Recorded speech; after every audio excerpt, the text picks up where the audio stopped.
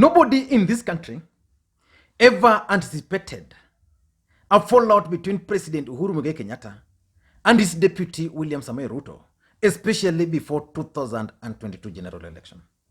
The two gentlemen were fondly referred to as the dynamic duo. But all Kenyans, majority of Kenyans, expected a political fight between the Deputy President William Ruto and Raila Odinga in 2022. Raila Odinga lost the elections, whether he won or not, but in any election, there's only one winner. So he lost election in 2017. And many people still expected Raila Odinga, especially his supporters, to be on the ballot in 2022 to complete his journey. Then along the way, the handshake happened. That handshake changed the politics in this country. But unknown to many Kenyans, the fallout between William Ruto and the president began way 2015. So after the election, President Uhuru Kenyatta and Raila Odinga entered this handshake, and it changed the political equation in this country completely. But one man refused to embrace the handshake, William Ruto. And I'm convinced that he had very good reasons for refusing to join the handshake. Remember, the supporters of Uhuru Kenyatta also refused to embrace this handshake because Kenyans had that bitterly contested general election. So they believed they had won fairly, and therefore Raila Odinga was not supposed to come into the government. On the other side, Raila Odinga supporters also never embraced this handshake. They believed Raila Odinga won, but was robbed. And apart from that, there are certain things they expected the government of President Uhuru Kenyatta to do. Compensate their people who were maimed during the demonstrations. But Raila Odinga, in his own wisdom, in my view, considered the handshake good for him. Uhuru Kenyatta also considered the handshake good for him. For Raila Odinga, it helped him achieve three things. Number one, it gave him the opportunity to relax. Remember, Raila Odinga has contested 3 continuous elections. And in these 3 continuous elections, in 2007, everybody agrees he won. In 2013, 2017, there is that computer thing which Raila Odinga supporters believe he was robbed. The other side believes they won. So the handshake provided Raila Odinga with that opportunity to relax a bit. Then it also provided Raila Odinga with the opportunity to access to government. Basically now, Raila Odinga could access government, do business, and then that confidence of the system, it also provided to him. And importantly, and this is where they miscalculated, and this is where Ruto was very smart. Raila Odinga expected the handshake to open the doors for him in central Kenya. But this has not happened. So after everything, we are now in a situation where the 2022 general election is taking shape. And William Ruto is clearly the favorite as an outsider. President Uhuru Kenyatta and Raila Odinga did one major mistake. They underestimated the determination of William Ruto to become the next president of the Republic of Kenya. And by the time they are realizing, William Ruto is already causing shockwaves in this country. His message of Huslter nation is spreading like bushfire. So President Uhuru Kenyatta and Raila Odinga are currently crafting a strategy, new strategies, because I've always maintained also that in politics is dynamic. I've always maintained that politics is dynamic. It keeps on changing. So the strategy for today definitely is not the strategy for tomorrow. So Uhuru Kenyatta and Raila Odinga are currently working on a new strategy of stopping William Ruto. I want to explain to you guys the new strategies because my analysis are always based on the current political happenings in this country. And for the past 2 weeks, I've studied the politics of Raila Odinga, the politics of President Uhuru Kenyatta. I can conclude that the two gentlemen have devised new strategy. And whether those new strategies are going to work for them is something we can't tell as at now. The first strategy they are working on is to counter the dynasty narrative. When Ruto started the Hustler versus dynasty narrative, I think these guys underestimated how Kenyans were going to take that narrative. Because for President Uhuru Kenyatta, the people this narrative was being sold to actually voted for him 3 times. So there was nothing new the president expected these guys to buy. But in central Kenya, this dynasty versus hustler narrative is taking shape. And it was actually aided by the failure of the government in terms of the economy. The economy of the country went down, aided by COVID. So it went down. So that narrative picked up. But if you monitored President Uhuru Kenyatta recently, and also if you've been following Raila Odinga of late, he's been talking about this. The president managed to bring it out so well. But Raila Odinga has always tried to bring it, but not so well. Uhuru Kenyatta decided now to move the discussion from dynasties versus hustlers to tribal. That if you are saying that only 2 or 3 communities, 3 families have led since independence, which is the case, 4 families, because we have only 4 presidents, then it means that only 2 tribes have also led. And that opened the eyes of Kenyans. Because remember, and I maintained here, that Mutai Ngunyi is the one who crafted the dynasty versus hustler nation narrative. By that time, he was working for President Uhuru Kenyatta. So it means President Uhuru Kenyatta was able to counter that narrative very fast. Raila Odinga has been trying to counter it by reminding Kenyans that Mzee Moi was not a dynasty. Mzee Kenyatta was not a dynasty. He's been explaining that his father himself was a very poor man.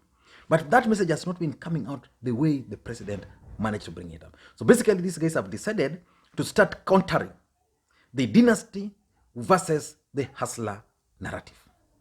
So that's number one. Number 2, these 2 gentlemen, in my considered opinion, have also decided to build alliances. In fact, I was reading in the dailies today that President Uhuru Kenyatta is working on a strategy of bringing Kalonzo Musyoka, Raila Odinga, and even Moses Wetangula together. Because one thing most people agree to is the fact that the handshake and one thing most people agree to is the fact that the handshake led to the collapse of NASA. And because of that, Raila Odinga was losing certain bases. And William Ruto was taking an advantage of this. So the only way for the president and Raila Odinga is to work on that alliance. And that's why today you are witnessing, in politics nothing happens out of mere coincidence. That's why today ANC party, through Ayub Savula, were very clear that they are planning to impeach the Deputy President William Ruto for disrespecting the president. The statement by Savula, of course you know Savula and ANC party cannot impeach the Deputy President. They don't have the numbers. But it's intended to serve a purpose. It's intended to further bring ANC and Tangatanga far away. Remember, at some point, ANC and Tangatanga were trying to work together. And they even held joint meetings. So the statement by Savula is actually intended to bring them apart. And by bringing them apart, it means these guys are going to find a way of joining Raila Odinga and President Uhuru Kenyatta. And that's how politics is played. So they're trying to build those alliances. The third thing they're trying to do is basically to implement development projects across the country. One of the biggest challenges the president has been facing is actually development projects. The people of the larger Mount Kenya region are saying that the president has done nothing. So the president has been trying to fix that. If you go to Coast, there are massive development projects at the Coast. Coast was ODM stronghold. So the president has decided to focus on some of those marginalized regions, Coast being one of them. Just over the weekend, after the burial of Musalia Mudavadi's mother, President Uhuru Kenyatta and Raila Odinga were again in Kisumu. To do what? Just to supervise development projects. And they hope that they'll use these development projects, which are being implemented after the handshake, to tell Kenyans that the president was actually being undermined by his deputy. So that's something I'm seeing them trying to implement. The fourth thing I'm seeing them trying to do is to expose William Ruto's hypocrisy. William Ruto is known for maneno. He understands politics. He understands the mentality of Kenyans. So he's able to manipulate the poor. He's able to manipulate the church. He's able perfectly well, to an extent that you believe in him. So these guys are trying to expose this. Raila Odinga yesterday told William Ruto, challenge William Ruto, or challenge the media to go and get a list of the names of the cabinet secretaries, permanent secretaries who were appointed when Jubilee first came into government. Basically, what Raila was saying was that government had 50%, 50-50. So William Ruto's side had majority of Kalenjins. Well, the same guy is talking of one united Kenya. While when it comes to appointments, he only appoints his people. So it's they're trying basically to expose the hypocrisy. And when Raila Odinga was at the coast, this is what an individual there said. Ilipoundwa baraza la mawaziri la kwanza, ilikuwa kila mmoja achapeleka majina. Uhuru Kenyatta kapeleka Anne Waiguru, devolution, Kikuyu. Uhuru akaweka Rachel Omamo, defense, Luo. Michael Kamau, transport, Kikuyu.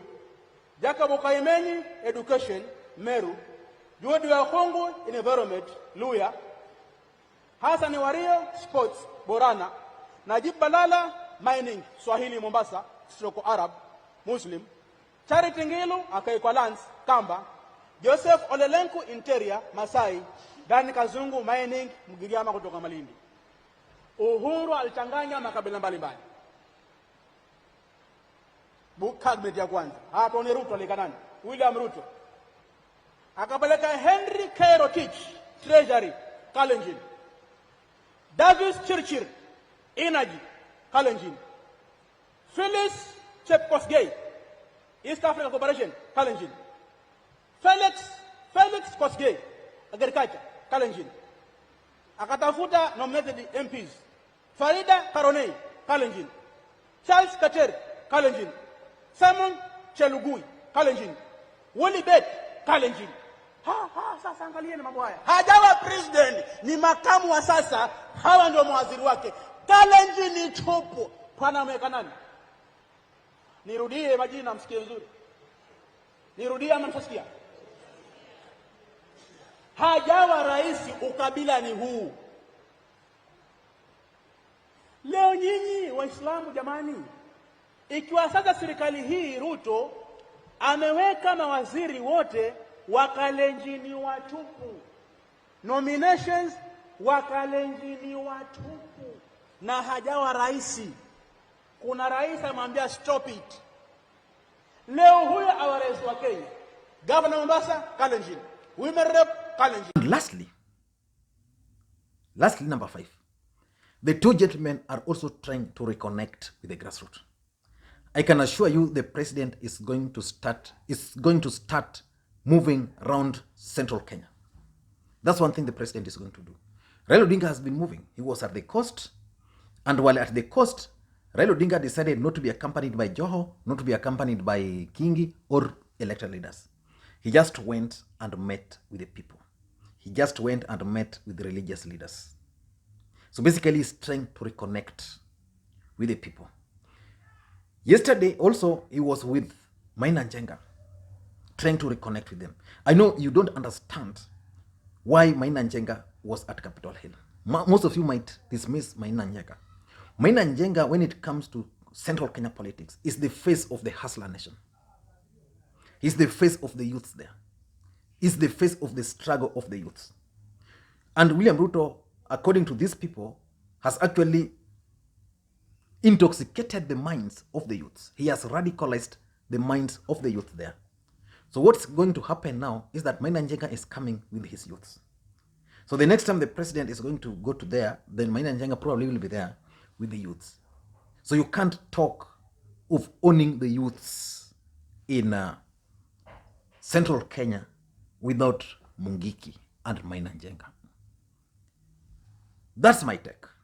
Let me hear your thoughts on this particular subject. And do you think they'll manage? Of course, Uhuru Kenyatta is in government. Uhuru Kenyatta has not stepped in central Kenya to counter Ruto. The moment he's going to start countering Ruto, let us wait and see if he's going to be chased. And if he's going to be chased, then we shall know that the deputy president is today the king in the larger central Kenya. Raila Odinga's base in Nyanza is intact. At the cost is still questionable. William Ruto is gaining grounds there. What about Western?